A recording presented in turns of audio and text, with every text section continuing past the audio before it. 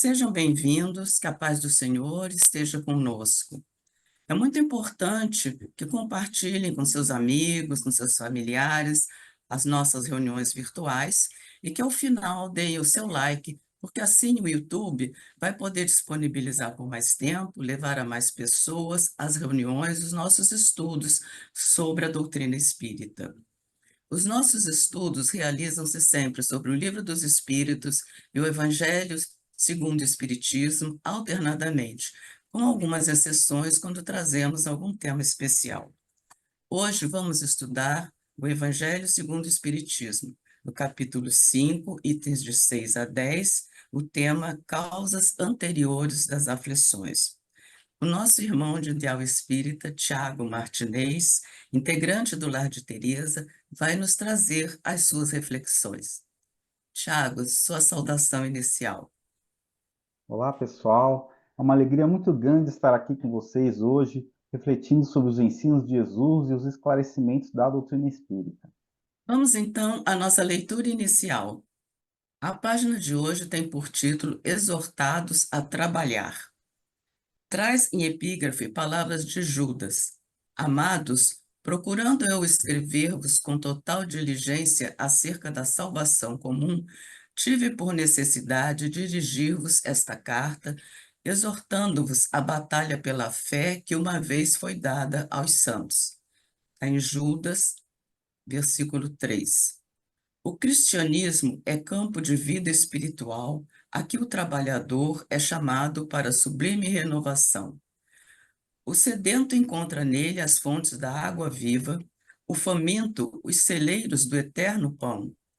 Os cegos de entendimento nele recebem a visão do caminho, os leprosos da alma, o alívio e a cura. Todos os viajores da vida, porém, são felicitados pelos recursos indispensáveis à jornada terrestre, com a finalidade de se erguerem, de fato, naquele que é a luz dos séculos. Desde então, restaurados em suas energias espirituais, são exortados a batalhar na grande causa do bem. Ninguém se engane, pois, na oficina generosa e ativa da fé. No serviço cristão, lembre-se cada aprendiz de que não foi chamado a repousar, mas a peleja árdua em que a demonstração do esforço individual é imperativo divino. Jesus iniciou, no círculo das inteligências encarnadas, o maior movimento de libertação do espírito humano no primeiro dia da manjedoura. Não se equivoquem, pois, os que buscam o mestre dos mestres. Receberão certamente a esperada iluminação, o consolo edificante e o ensinamento eficaz, mas penetrarão a linha de batalha em que lhes constitui obrigação o combate permanente pela vitória do amor e da verdade na terra, através de ásperos testemunhos, porque todos nós, encarnados e desencarnados, oscilantes ainda entre a animalidade e a espiritualidade, entre o vale do homem e a culminância do Cristo, estamos constrangidos a trabalhar até o definitivo triunfo sobre nós mesmos pela posse da vida imortal. Esse comentário de Emmanuel está no livro Vinha de Luz, capítulo 49, Psicografia de Francisco Cândido Xavier. Depois desta leitura, vamos então fazer a nossa prece, nos preparando para melhor entendermos as reflexões que nos serão trazidas. Vamos lembrar da doce figura de Jesus e nos dirigindo a Ele. Senhor, querido Mestre, aqui estamos mais uma vez reunidos em Teu nome e viemos pedir a Tua bênção, que neste momento, com a ajuda de nossos anjos guardiães, estejamos atentos, assimilando as reflexões que nos serão trazidas. Abençoa todos que assistem neste momento, os que vão assistir depois, para que possamos bem aproveitar todos esses ensinamentos sempre tão importantes para o nosso dia a dia, quando sabemos colocá-los, interiorizá-los e colocá-los em prática. Fica conosco, Senhor, que possamos então, em Teu nome, em nome dos benfeitores amigos, sobretudo em nome de Deus, dar início a estas reflexões, estes momentos de estudo. Que assim possa ser, graças a Deus. Vamos então ouvir com muita atenção o nosso companheiro Tiago Martinez, que vai nos trazer o tema Causas Anteriores das Aflições, que está no Evangelho segundo o Espiritismo. Vamos envolvê-los com as nossas melhores vibrações. Tiago, a palavra é sua. Olá a todos. Então, nós começamos o nosso estudo de hoje, que está no capítulo 5 do Evangelho segundo o Espiritismo, recordando a mensagem do Cristo que inicia esse capítulo, não é? Ela é comentada, o capítulo se inicia a partir de um trecho do Sermão da Montanha, onde Jesus nos emitiu aquela mensagem, nos deu aquela mensagem tão consoladora, né? Os seguintes versículos do Evangelho de Mateus: Bem-aventurados os que choram, pois serão consolados. Bem-aventurados os famintos e os sequiosos de justiça, pois serão saciados. Bem-aventurados os que sofrem perseguição pela justiça, pois que deles é o reino dos céus. Essa mensagem do Cristo, ela é uma mensagem bastante consoladora, e porque a gente sente que ela fala no nosso coração, né? A gente ouve as palavras de Jesus e ela sente que ela nos toca. É por isso que é uma mensagem, a gente sente nela a verdade, né? A verdade da mensagem da lei de Deus e da mensagem de consolação. Mas embora a gente sente isso quando ouve a palavra do Cristo, nem sempre a gente consegue compreendê-la tão bem. A gente pode ter dificuldade para entender o significado profundo dessas palavras. Como é que se molda? Como assim? Se a pessoa está sofrendo, se ela está em aflições, se ela tem dores, se ela chora, por que ela seria uma bem-aventurada? Né? O bem-aventurado é aquele que está numa posição de proximidade da felicidade, está em eventos que lhe trazem uma felicidade. Então, como que o sofrimento pode ter essa característica? Né? A mensagem que nós tivemos inicialmente, os comentários de Emmanuel sobre a carta de Judas Tadeu, que é o Judas que não era o Iscariotes, outro discípulo que também tinha esse nome de Judas, e nessa carta os comentários de Emmanuel revelam, né, que nós procuramos seguir o Cristo, não é uma caminhada de flores, porque as flores elas virão conforme a gente faz que elas apareçam, só que isso é um trabalho, não ocorre de uma vez, né? E no fundo é esse processo a que se refere a consolação do Cristo quando ele vai falar dos bem-aventurados os aflitos. E um dos domínios das aflições que nós passamos aqui na Terra, que nós trataremos de hoje, são as aflições que não podemos associar diretamente ou claramente a algo que provocamos nós mesmos nessa vida, né? Um tópico que Kardec já comentou nos assuntos anteriores, mas é um assunto que a gente tem que estar atento como espíritas, porque às vezes a gente pode ter a tendência também a dizer que tudo que acontece com a gente é algo que aconteceu na vida passada, né? Tem um livro do médium Antônio Balduí Filho, dos espíritos Hilário Silva e Valério, onde ele traz um conto ali, uma historinha que conta, né, de uma pessoa que acreditava na reencarnação, e aí este homem, ele falava que tudo que acontecia era vida passada, aconteceu tal coisa, tal problema, você fez algo em vida passada. E havia um amigo dele, né, um pouco mais esclarecido, que dizia que não era bem assim, não era tudo assim, né? E esse companheiro que acreditava que tudo ocorre em vida passada, certo dia, ele amanheceu com uma dor terrível nas costas e mal conseguia se levantar e telefonou para o amigo, né, para vir ajudá-lo. E ele falou assim: mas o que lhe aconteceu? Ele falou assim: meu amigo, o que aconteceu é o seguinte, que eu devo ter sido um gladiador na outra vida, um soldado, e feri o lombo de muitas pessoas pela mão com a minha espada, né? Feria muitos e agora estou colhendo os frutos nessa vida. Ele falou assim: o que você fez ontem? Eu fui numa festa, estava num forró. Ele falou assim: então não é algo de vida passada, né? Você exagerou na dança e agora está machucado. Então, é uma historinha que fala um pouco dessa questão que a gente também tem que ter cuidado de não falar que é tudo vem da vida passada, mas muitas coisas vêm, né, gente? Há muitos eventos que ocorrem em nossas vidas e nós não temos como explicar dentro de um parâmetro de justiça divina, considerando que Deus é justo, porque aquilo nos ocorre com base do que ocorreu conosco, né? E aí essas são as chamadas fatalidades, eventos que não têm, olhando apenas para essa vida, uma explicação dentro do parâmetro da justiça de Deus. E Kardec nos traz alguns exemplos no Evangelho do Espiritismo, por exemplo, perda dos entes queridos que são o amparo da família, né? Ocorre isso, essa situação, como é que se explica perante a justiça? os acidentes que nada poderia prever, porque, claro, aqueles acidentes ocorrem porque não fomos previdentes, não tomamos as precauções necessárias, mas mesmo quando nós tomamos todas as precauções necessárias, às vezes as pessoas sofrem acidentes, né? Ouvimos também, isso ocorre também no nosso mundo e em nossas vidas. Os revés da fortuna também, quando há prudência, na gestão das coisas do mundo, e ainda assim ocorre um evento totalmente inesperado, que não havia como fazer frente a ele, e a pessoa se vê numa situação complicada. Os flagelos naturais, né? Como a situação recente da enchente no Rio Grande do Sul, mas vários outros que ocorrem pelo mundo, e que também a gente explica, dentro, às vezes causa a dúvida dentro da justiça de Deus, como é que explica-se que um evento desse possa ocorrer, né? E tantas pessoas estarem em condição de aflição de forma repentina.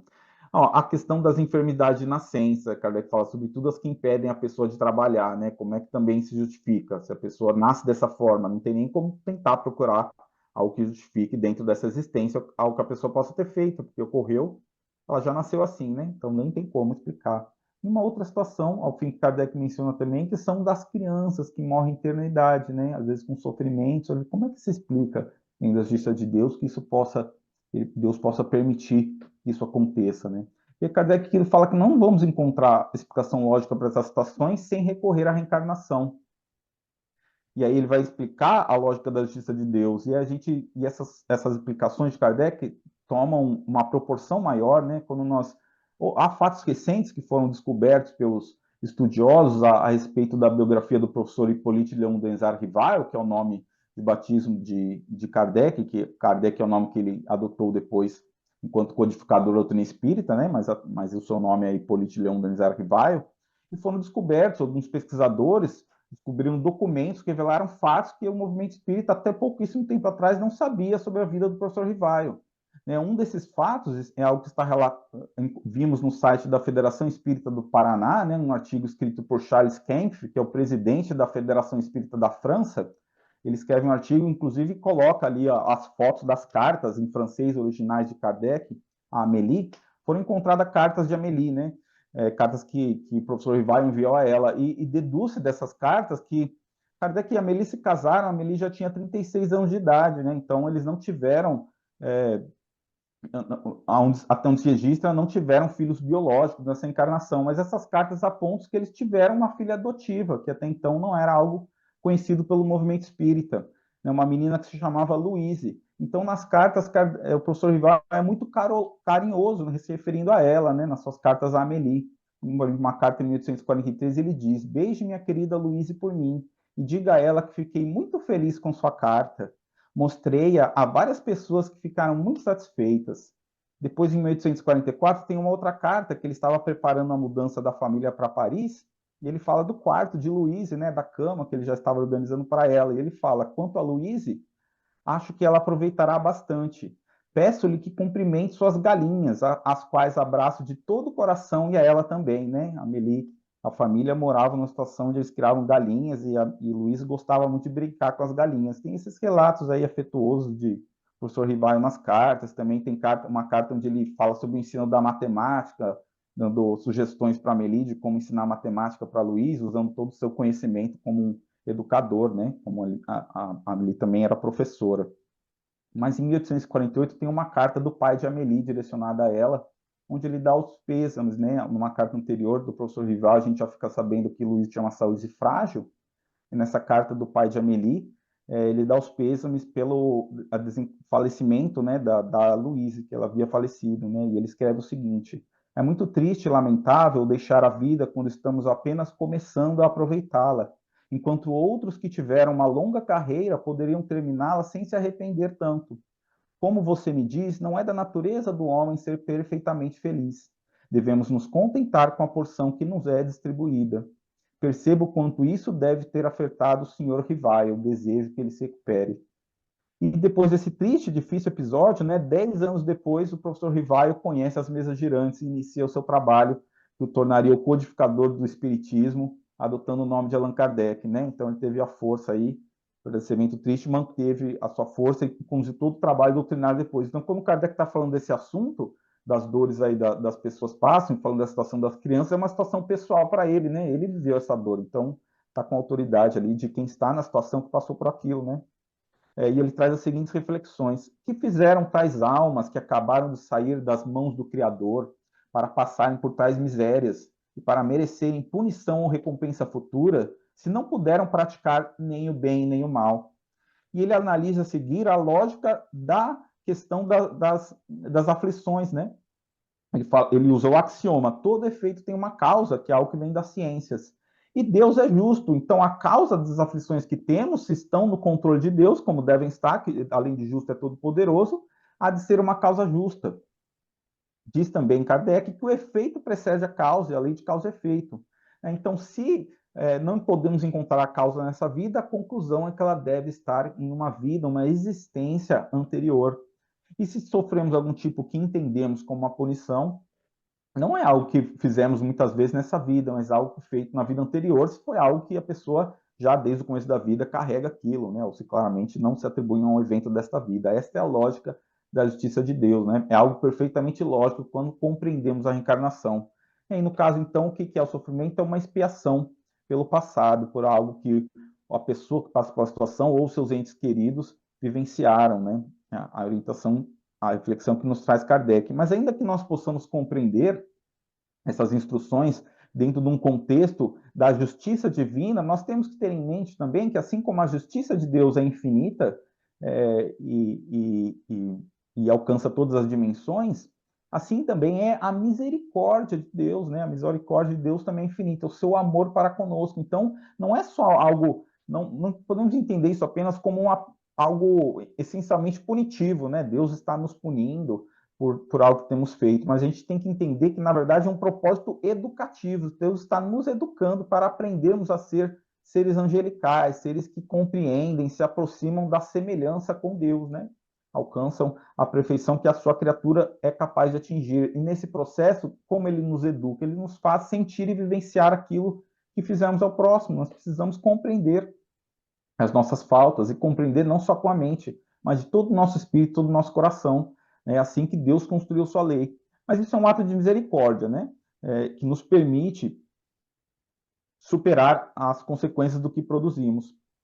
O livro Ação e Reação, do espírito André Luiz, vindo pela psicografia de Chico Xavier, é um livro muito interessante para estudar essa questão, porque ele nos traz profundas reflexões e vários exemplos sobre esse tema. Então, recomendamos a todos que tiverem a oportunidade que leiam esta obra. E ele nos ajuda a compreender justamente esse aspecto da misericórdia de Deus, de como é que não é só uma situação, eu fiz algo numa vida e vou responder na outra. É um processo bem complexo, que envolve tudo que o espírito passa também no plano espiritual, entre uma vida e outra, entre várias das vidas. E ele explica muito isso lá nesta obra, né?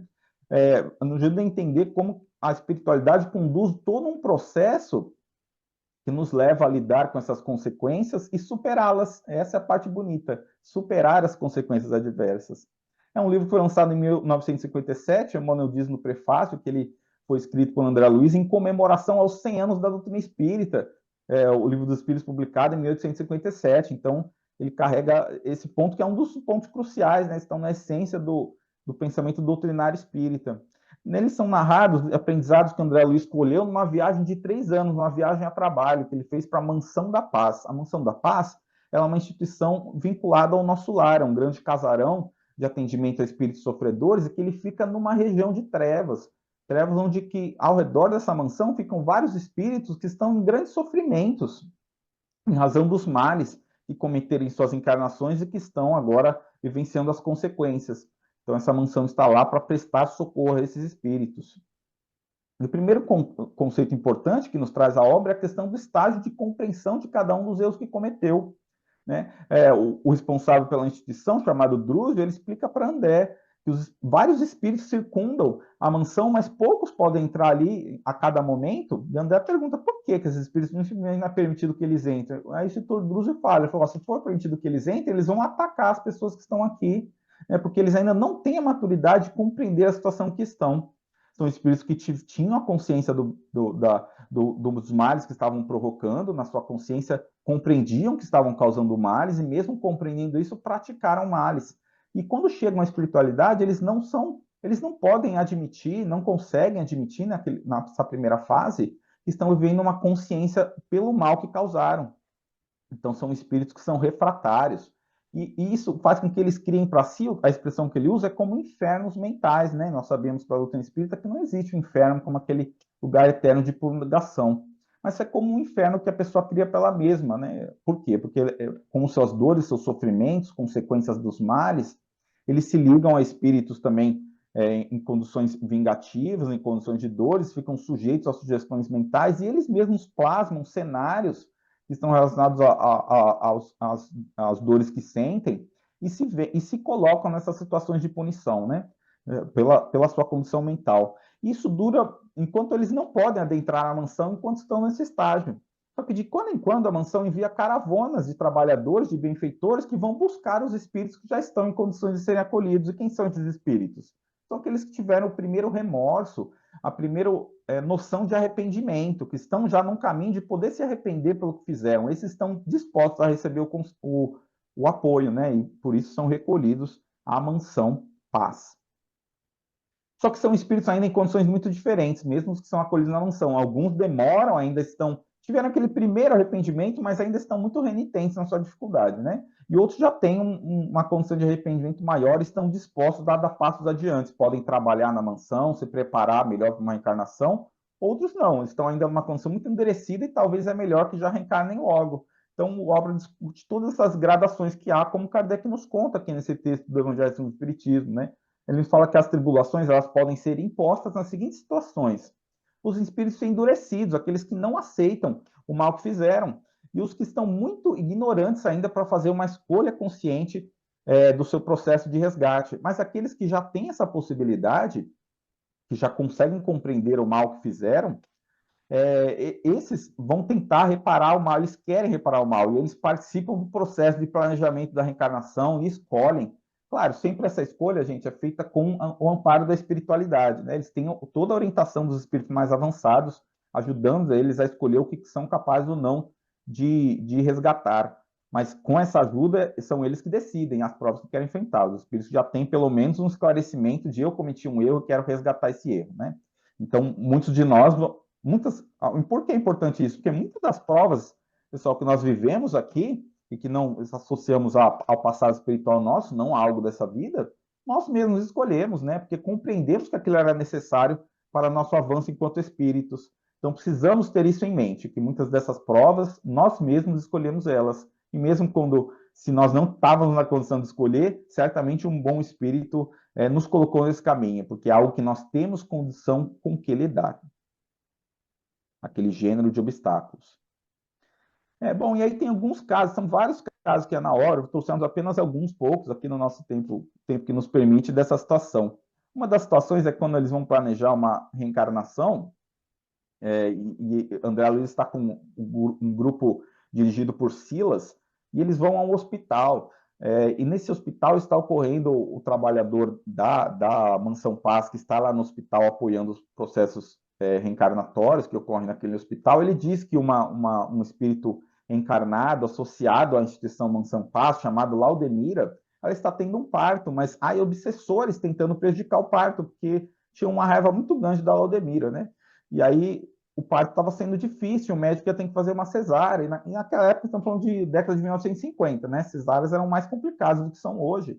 E Silas fica preocupado, fala, ó, essa cesárea pode prejudicá-la, porque ela ainda tem outros espíritos a trazer como filhos nessa vida, era o planejamento dela. Então ele vai lá, ele dá um conjunto de passes, e as contrações começam a se normalizar e consegue fazer um parto normal, sem precisar fazer cirurgia, né? Então facilita. E aí ele vai explicar para André qual era a situação daquela irmã.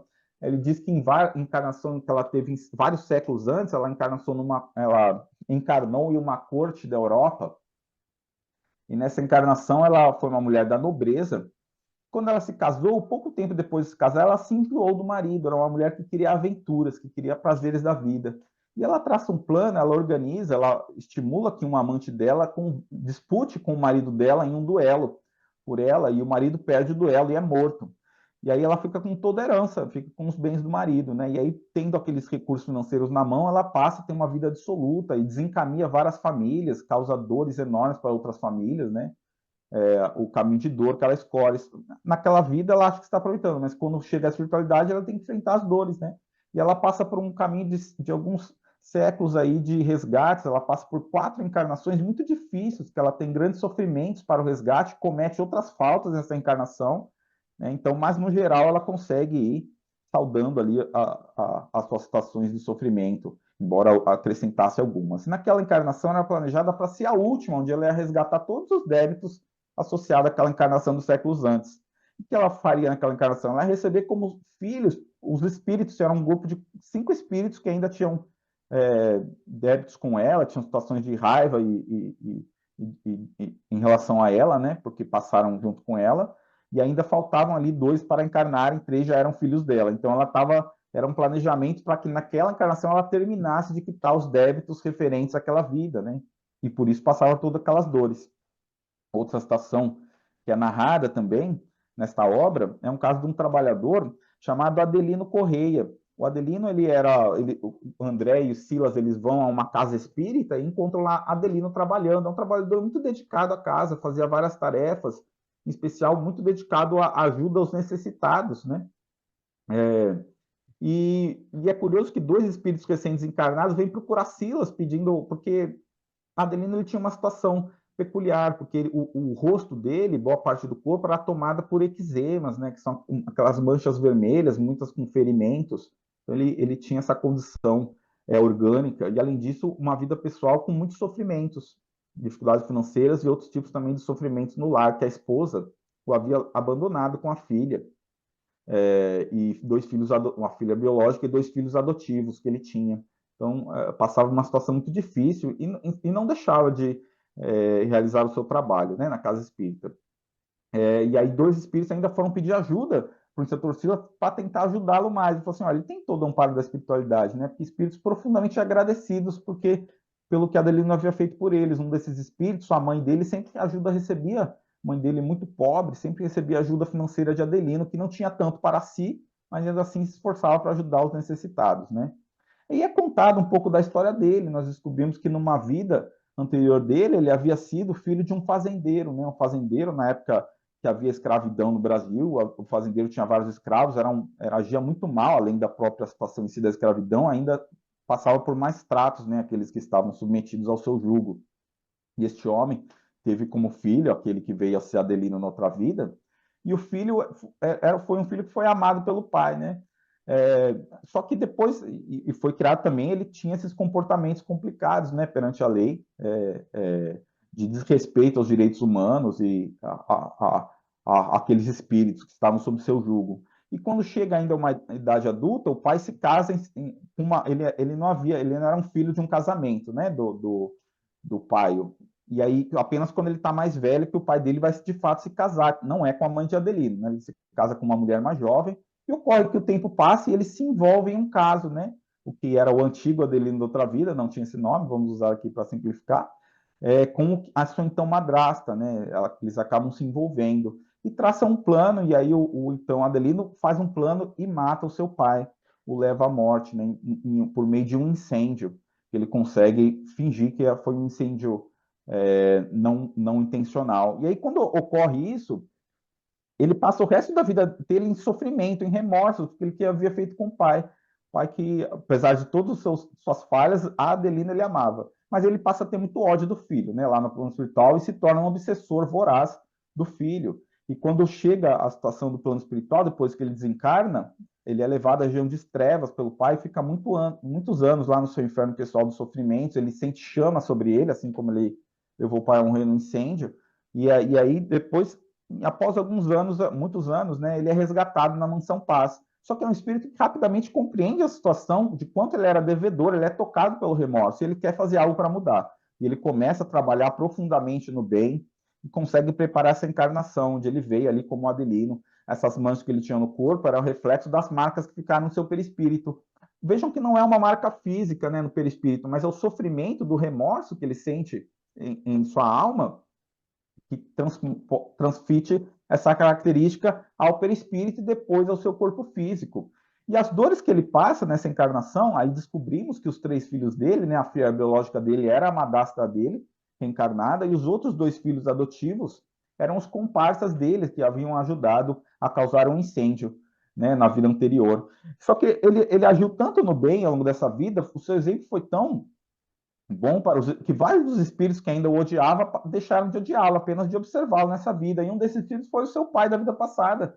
Vendo que tudo que ele foi capaz de fazer nessa vida, ele também se arrependeu, né, das suas falhas e decidiu seguir um caminho de resgates, né? E é bonito o livro que ele descreve a situação onde este pai reencarna em uma criança que não é mantida pela família e ele acaba indo parar esse bebê aonde? Nas portas de Adelino, que o adotaria com muita alegria e felicidade. Ele vai adotar o seu antigo pai também para saldar os seus débitos, né? Uma história muito bonita de como que as dores não significam que o espírito está estacionando, né? Muito pelo contrário, as dores muitas vezes, no caso, além das dores, se a pessoa ainda se esforça para trabalhar no bem, apesar das dores, aí é muito mais rápido esse resgate, né? Isso que os espíritos nos ensinam. E um último caso também desta obra, narrado ali mais ao final, quando ocorre uma situação de um acidente de avião, né? Um resgate coletivo, e a mansão é mobilizada, a mansão Paz, para enviar trabalhadores para resgatar os espíritos que haviam desencarnado no desastre. E o instrutor Druso, explicando a André Luiz, ele vai contar que não havia sido naquele desastre, mas num desastre anterior, que havia também ocorrido há pouco tempo, também de avião, estavam dois trabalhadores ali da Mansão Paz. E qual que era a situação dele? Ele fala que eram trabalhadores que estavam há muitos anos e séculos desenvolvendo trabalhos no bem, né? E chega um momento que eles pedem para a espiritualidade que gostariam de ir para um mundo maior. Eles já se entendiam que estavam nesse domínio de possibilidades, que estavam há muitos anos e décadas trabalhando no bem, né? E o que a espiritualidade responde para eles? Eles ainda não podiam, por quê? É o que está explicado no item 10 aqui do Evangelho segundo o Espiritismo, né? Quando ele vai falar que o espírito, na sua purificação, diz Kardec, ele precisa se livrar de todas as suas impurezas. Ele fala como um viajante que está num navio que foi tomado por uma doença, o navio não é permitido que entre na cidade até que aqueles se é uma doença contagiosa, né? Ele fala da peste, né, que houve na Europa no passado, enquanto não houver aquelas pessoas estiverem livres da doença, não é permitido que entre na cidade. Ele fala, é similar à situação do espírito para ir para o mundo superior. Se ele ainda não se livrou de tudo aquelas compromissos que ele carrega, ele não pode ir para o mundo superior. E aí esses espíritos não sabiam por que eles estavam nessa situação de não poder ir ao mundo superior. E é feita uma recuperação do seu passado, das memórias, né? Eles passam por esse processo de recordação. Eles vão ocorrer que numa reencarnação que ocorreu 500 anos antes, eles fizeram lá pelos 1400 e pouco, eles estavam no exército da França, na época de Joana d'Arc. E nessa encarnação ocorreu uma situação onde, do alto de uma fortaleza, eles empurraram dois homens que eram colegas seus do exército, porque eles estavam almejando o posto deles no exército. E com isso conseguiram o que queriam, né, na esfera material, ganharam glórias militares e sociais nessa vida, mas assim que desencarnaram foram profundamente atingidos pelo remorso. E aí a gente vai entendendo também a misericórdia de Deus, né? Porque eles tiveram 4 ou 5 encarnações nesse período, e foram todas trabalhando sempre no bem, né? Eles trabalham pela recuperação, trabalharam também nos intervalos na espiritualidade, sempre trabalhando muito no bem, e juntaram vários créditos. Mas eles não lembravam desse eu no passado, porque ainda não estavam em condições de lidar com as consequências daquilo, né? Ele foi adormecido, trabalharam no bem, e agora eles estavam no ponto de poder lembrar. E aí eles vão fazer o que iam resgatar na próxima. E como espíritos esclarecidos que eram, né, e com créditos, eles puderam eles mesmos planejar a reencarnação e decidiram vir na área da aviação. E aí, em algum momento de sua vida, sofreram esse acidente, né? Onde eles estavam resgatando, se sentindo quites com sua consciência e podendo dar passos adiante. Então, vê que são espíritos em situações bem diferentes, né? Os 3 casos. Mas há um aspecto comum que une todos eles, que é o fato de que aí a gente entende o poder da consolação, né? Quando Jesus fala do bem-aventurados os aflitos. Todos eles passam por aflições nessa vida, por sofrimentos que não conseguem explicar por algo desta vida. É algo referente a uma vida passada. Mas em todos os casos, eles não devemos tanto entender como que estão sendo punidos nessa vida, mas que eles estão passando por um processo de reajustamento perante a lei, que na espiritualidade estavam envoltos, os 2 primeiros casos com sofrimentos maiores, né? Ainda. Com seus infernos pessoais, digamos, né, com situações de prisão, de dores, e querem se libertar dessa situação. No último caso era mais longínquo, já estavam no processo de libertação, mas precisavam seguir adiante, completar a sua libertação. E aí a dor que passam aqui na Terra, gente, ela é a chave que os liberta dessas algemas, que eles mesmos criaram para si. Então ela deve ser vista não como uma punição, mas como uma libertação, né? Uma libertação do sofrimento maior da vida do espírito. Então, ela cumpre esse papel profundamente redentor, a dor pela qual passam aqui na Terra.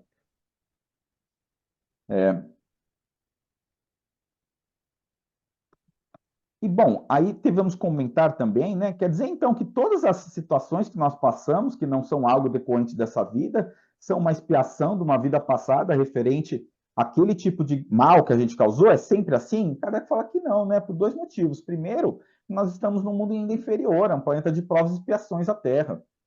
O fato de estarmos no mundo em que estamos é porque somos espíritos que temos que passar pelo gênero de provas que ocorrem nesse mundo. Então, mesmo às vezes passamos por algo que não foi algo diretamente, algo que fizemos naquele assunto, numa vida passada, é porque nós somos espíritos que somos de mundo inferior. Se fôssemos espíritos melhores, não estaríamos na Terra, estaríamos no mundo numa condição melhor. Então, se estamos aqui, estamos sujeitos a passar por coisas do nosso estágio evolutivo, que são coisas que servirão ao nosso progresso. E o outro motivo é que, além das expiações, existem também as provas. O que são as provas? As provas são situações de aprendizado, de dores, de desafios que nós passamos para evidenciar o progresso do nosso espírito, mostrar que somos capazes de superar aquilo dentro do Evangelho do Cristo e dentro do domínio do bem, né? E a prova, a questão é que, e aí pode ser muitas provas, não são a expiação de algo de uma vida passada, né? É apenas uma situação de provação que o Espírito se coloca para conseguir esse avanço. E é uma frase interessante no Evangelho que é colocada, né? Que é a seguinte, é que toda expiação ela é uma prova, mas nem toda prova é uma expiação. Porque quando você passa por uma expiação, você está sendo provado a mostrar um progresso que se obteve, mas quando você passa por uma prova, não necessariamente é uma expiação de um erro de uma vida passada. Então, e Kardec ainda comenta, né, que às vezes, muitas vezes, aqueles espíritos que estão aqui, que passam por grandes sofrimentos e não reclamam, têm muita fé em Deus e muita convicção na justiça de Deus passar por aquilo, e em muitos casos são provas, né? São espíritos que estão numa condição um pouco melhor, que não estão espiando aquilo, mas já estão numa provação de mostrar que são capazes de ter aquele progresso, né? E aí há casos também interessantes a respeito. Por exemplo, há um conto espírita bonito, uma família que havia muitas desavenças dentro dessa família, né? Muitas brigas dentro do lar. E ocorre uma situação seguinte com essa família, que um espírito benfeitor, de grande condição espiritual, decide nascer, como ele tinha laços de amor pelos membros daquela família, ele nasce como uma criança com deficiências, né, intelectuais e físicas. E o que ocorre? O nascimento daquele espírito que não precisava passar por uma expiação daquela natureza, mas ele vem como uma prova do seu avanço e principalmente pelo amor àqueles que estavam lá, porque a criancinha naquela condição desperta o amor de todo mundo ali daquela família, eles se unem para cuidar daquela criança. Então, olha como de diversas formas se manifesta o bem e a gentileza da lei, né? E dos exemplos que nós vemos nessas obras espíritas, as obras de André Luiz em particular, nós vemos que em vários desses casos de famílias que se formam para lidar com esses resgates, né, é comum que haja uma mãe, uma esposa amorosa que não tinha, eles têm relação de amor com aqueles espíritos, mas não tem débitos, não está devendo nada, não tem uma expiação em relação àqueles espíritos, mas ela vem como um amor, né, com uma relação de ajudar, ser o esteio, o espírito que vai ajudar moralmente aqueles espíritos a sustentar a sua prova, os outros membros da família, né? O caso, por exemplo, da mãe de André Luiz, queria reencarnar com o pai dele, que estava numa situação muito difícil, e ela vem reencarnando, já estava no mundo mais avançado, e decide reencarnar para ajudar o pai de André Luiz, né? Então, aí é um caso de uma prova também para o espírito, atesta o seu avanço, e por amor é capaz de avançar muito. E nos encaminhando agora ao nosso encerramento, nós gostaríamos de falar, então, recordar a consolação, né? Por que é consolador esse entendimento do Espiritismo sobre as causas que, mesmo se nós não conhecemos nossa vida passada, e não há nenhuma necessidade que nós venhamos a conhecer, temos o esquecimento do passado, que é uma bênção, né? Não lembrando isso que fizemos, a gente tem mais liberdade para conseguir resgatar. Mas a gente passa a compreender com a doutrina espírita que há um motivo. Mesmo que nós não sabemos exatamente qual foi a situação específica, analisando nossa alma, nós somos capazes de entender as nossas falhas, né? E o gênero de provas passamos, muitas vezes somos capazes de inferir esses motivos e principalmente compreender que se ou é uma situação que provocamos na vida passada, ou uma provação que muito nos permitirá avançar. Isso é muito consolador, né? Há um motivo por aquilo que passamos. Leon Denis, no livro O Problema do Ser e o Destino da Dor, ele nos diz que o Espiritismo nos oferece uma razão de viver e sofrer. E realmente merece que vivamos e soframos. Nós temos há um merecimento da situação de estar por isso. Em uma palavra, nós temos um objetivo digno da alma e digno de Deus. A dor deixa de ser um monstro terrível. O sentimento da justiça, da bondade, do amor, que preside ao destino de todos os seres, se torna para o espírito uma força. Na hora do sofrimento, ele pode recorrer pela prece aos espíritos mais avançados, que também enfrentaram essas dores, e nós receberemos forças desconhecidas que nem imaginamos para conseguir lidar com essas dores, essa dificuldade. Não estamos sozinhos passando por essas dores. Os espíritos do mais alto, os enviados de Deus, vão nos ajudar e nos amparar a passarmos por isso. E Landelis diz o seguinte: aprende a sofrer. Não te digo procura a dor, não devemos ir atrás da dor. Mas quando ela se apresentar inevitável em seu caminho, vamos acolhê-la como uma amiga, aprender a apreciar a sua beleza e os seus ensinos, procurar extrair de sua passagem por nossas vidas tudo o que ela tem para nos oferecer de ganho ao espírito e ao coração. Paz e bem a todos. Agradecemos a você, Tiago, por estes ótimos esclarecimentos que nos trouxe sobre esse tema que atinge a todos nós, sem dúvida nenhuma, e com o que a doutrina espírita nos mostra e com tantos exemplos que você nos trouxe, com- compreendemos que não passamos por nada à toa e vemos a grande consolação que a doutrina nos traz. Agradecemos então a você também pela sua disponibilidade de estar sempre conosco e queremos agradecer a todos que nos assistem e pedimos ainda que não esqueçam de deixar o seu like no final da nossa exposição. E convidamos a todos para estarem conosco na próxima segunda-feira, às 19 horas, quando teremos um tema especial, o Passe Espírita. Vamos então encerrar a nossa reunião virtual com a nossa prece. Lembrando novamente da doce figura de Jesus, colocando na nossa mente uma imagem, assim, de Jesus em alguma passagem da sua vida entre nós, e vamos nos dirigir a Ele, a Deus, aos nossos benfeitores. Aqui estamos, Senhor, terminando mais um estudo tão importante, relembrando os teus ensinos, nessa parte que nos fala das aflições que todos nós passamos e que aquilo que nos trouxeste, nos mostrando as causas e nos mostrando a tua misericórdia, nos consola, nos fortalece nestes momentos difíceis. E saibamos, Senhor, lembrar sempre das palavras que nos foram trazidas, para que saibamos vencer estas dificuldades necessárias como aprendizado para o nosso progresso espiritual. Agradecemos, então, pela oportunidade que o Lar de Teresa nos dá de estarmos aqui reunidos estudando. E que seja, então, em teu nome, em nome dos benfeitores amigos, sobretudo em nome de Deus, que possamos encerrar a reunião deste dia. Que assim possa ser, graças a Deus. Que o Senhor abençoe a todos. Obrigada.